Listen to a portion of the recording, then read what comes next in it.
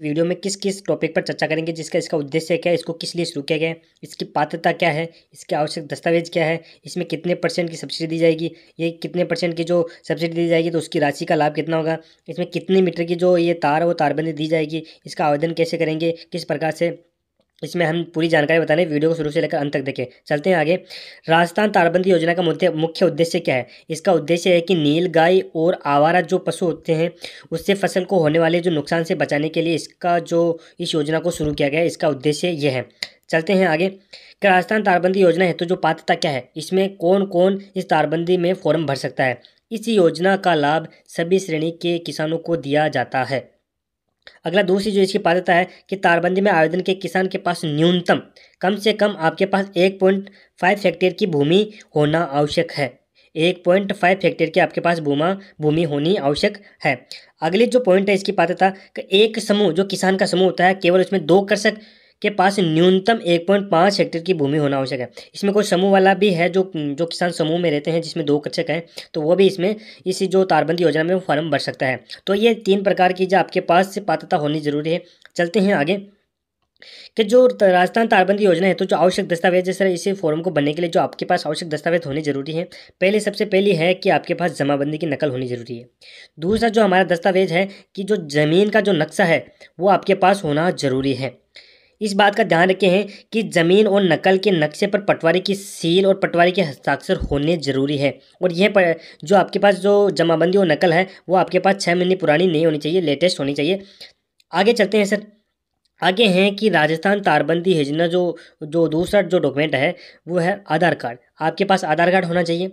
तीसरा जो डॉक्यूमेंट है वो आपके पास जनाधार होना चाहिए और एक बैंक की डायरी आपके पास होनी जरूरी है। आगे चलते हैं। आपके पास एक मोबाइल नंबर होना चाहिए जो वर्तमान में चालू हो, आपके पास होना चाहिए, जो एक मोबाइल नंबर होना चाहिए।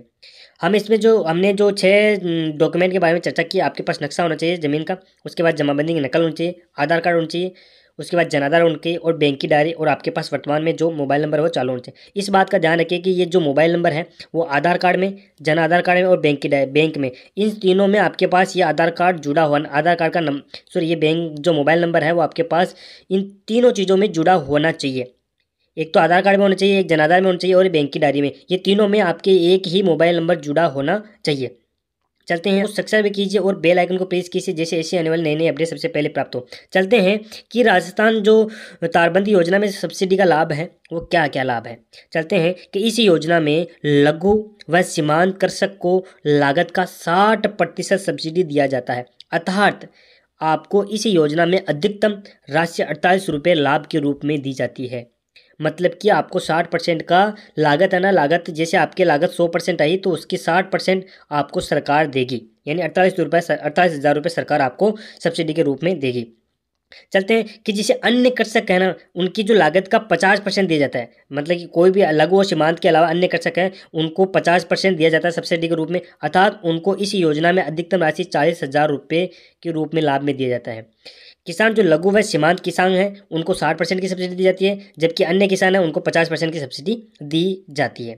आगे चलते हैं कि एक कृषक या एक कृषक समूह को 400 रेनिंग मीटर की सीमा तक आपको क्या दिया जाता है, ये एक तार दिया जाता है। जो तारबंदी है वो 400 मीटर तक की ही दिया जाएगा आपको। चलते हैं आगे कि जैसे आपने तार खरीदा 80,000 रुपये का तो आपको सब्सिडी 48,000 रुपये दी जाती है।